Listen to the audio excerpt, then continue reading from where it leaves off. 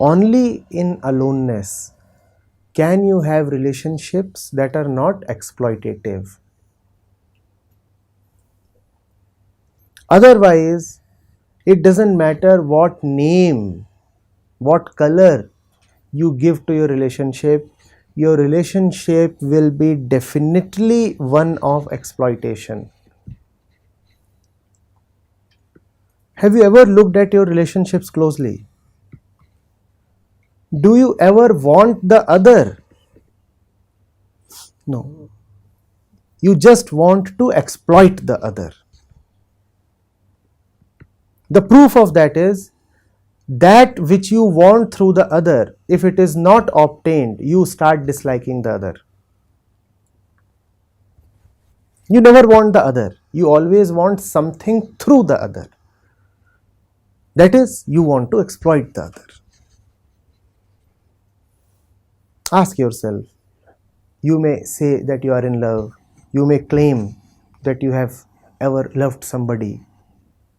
Do you love that man, or do you love what you get through that man? And if you do not get what you want from that man, you start hating that man. Had you wanted the man himself, the man was easy and available, but no. You had needs that you wanted fulfilled through the man, and that is a life of need. That is a relationship that has no aloneness. That is when you just want to consume and exploit.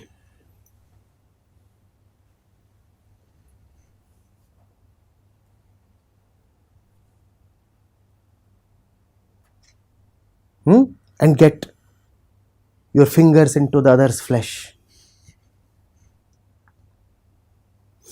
I'm again asking you, look at every single one of your relationships. Is there any relationship that does not involve getting something through the other person? And if you stop getting what you get through the other person, would your relationship remain unaffected?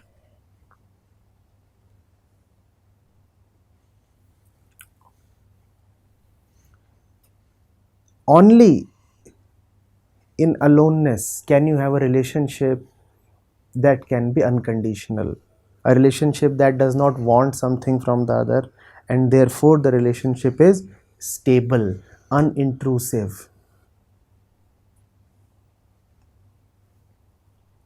Are you getting it? As long as the relationship is of need, the relationship will remain one of violence. You can never be more violent upon anybody than upon someone you love, so-called love. Because the greater is your love for someone, the greater is your investment in that person. And you invest in someone only to get returns. You never want the other person, you want returns from the other person. When those returns are not forthcoming, have you seen how you shout, how you go breathless, how you panic, how you stamp your feet, how you pull the other's hair, how you pull out your own hair? Have you seen? Have you seen the orgy of your own frustration?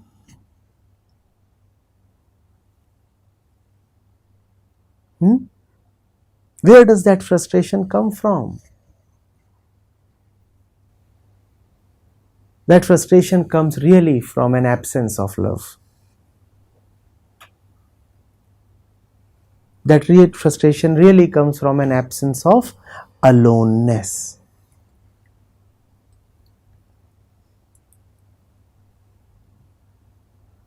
That central point is called variously as Atma or heart or truth or core, or source or center. It is that point that does not need or depend. That point is your only strength. That point is the foundation on which you can stand. That point is the center around which you can go about living your life.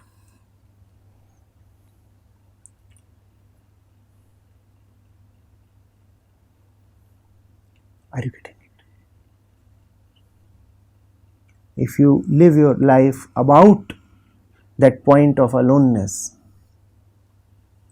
then your relationships will have a different color.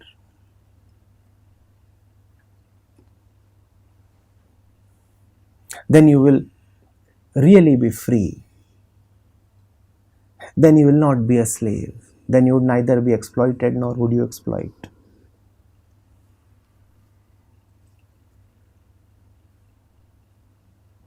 Then your very presence would be a becoming presence.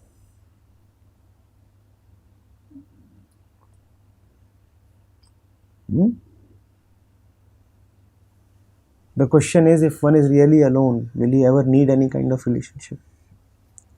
So one can wear masks for two reasons. One, to hide his apparent ugliness. You can wear a mask like a makeup, and then you are trying to hide your ugliness. Or you can wear masks as kids sometimes do, to have, in your aloneness, you have relationships and great relationships, and those relationships are good fun. When you are needy and lonely, then your relationships are like band-aids. They are there to take care of your wounds. And then, for the relationship to exist, wounds become necessary. Now, do you know why we keep on cutting ourselves in all the places? If you don't have wounds, most of your relationships will fall off.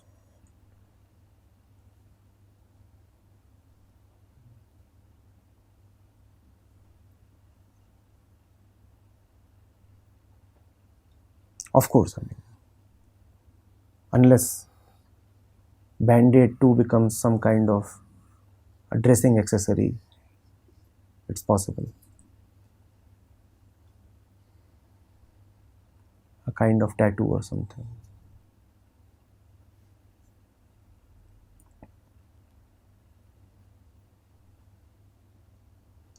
All of that is modern day hogwash. Share what? Why share? Is the other person in need? The Atman is infinite, it never overflows. Only little containers overflow. The infinite never overflows. So all this thing about sharing and overflowing is not something that you would ever find in the Upanishads. All of this is neo spirituality, which is basically holy nonsense.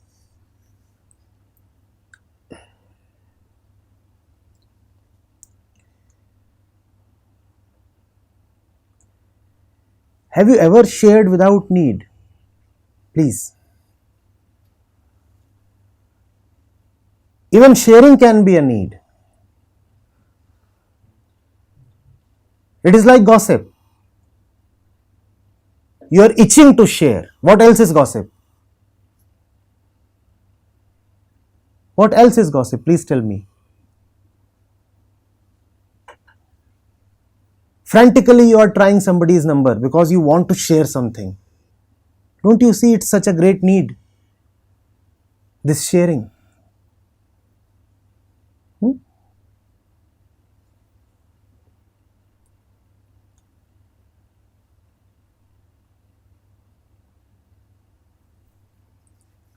Real relationship is very, very unpredictable.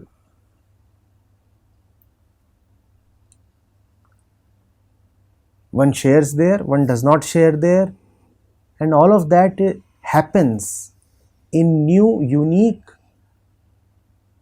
and indeterministic ways.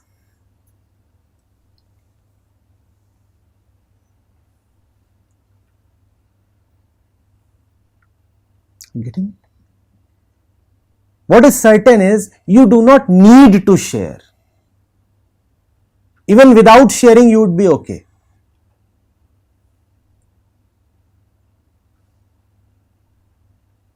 One does not need to share. But yes, if the situation arises and the other is there and it might be beautiful to share, sharing happens. One does not intend to share. Sharing may happen, sharing may not happen. One is alright with sharing, one is alright without sharing. And one does not depend on any one particular individual to share. I have such great news to share only with my husband. Now that is not aloneness. What kind of great holiness is this that can be shared only with one particular individual? This is not aloneness. This is dependency.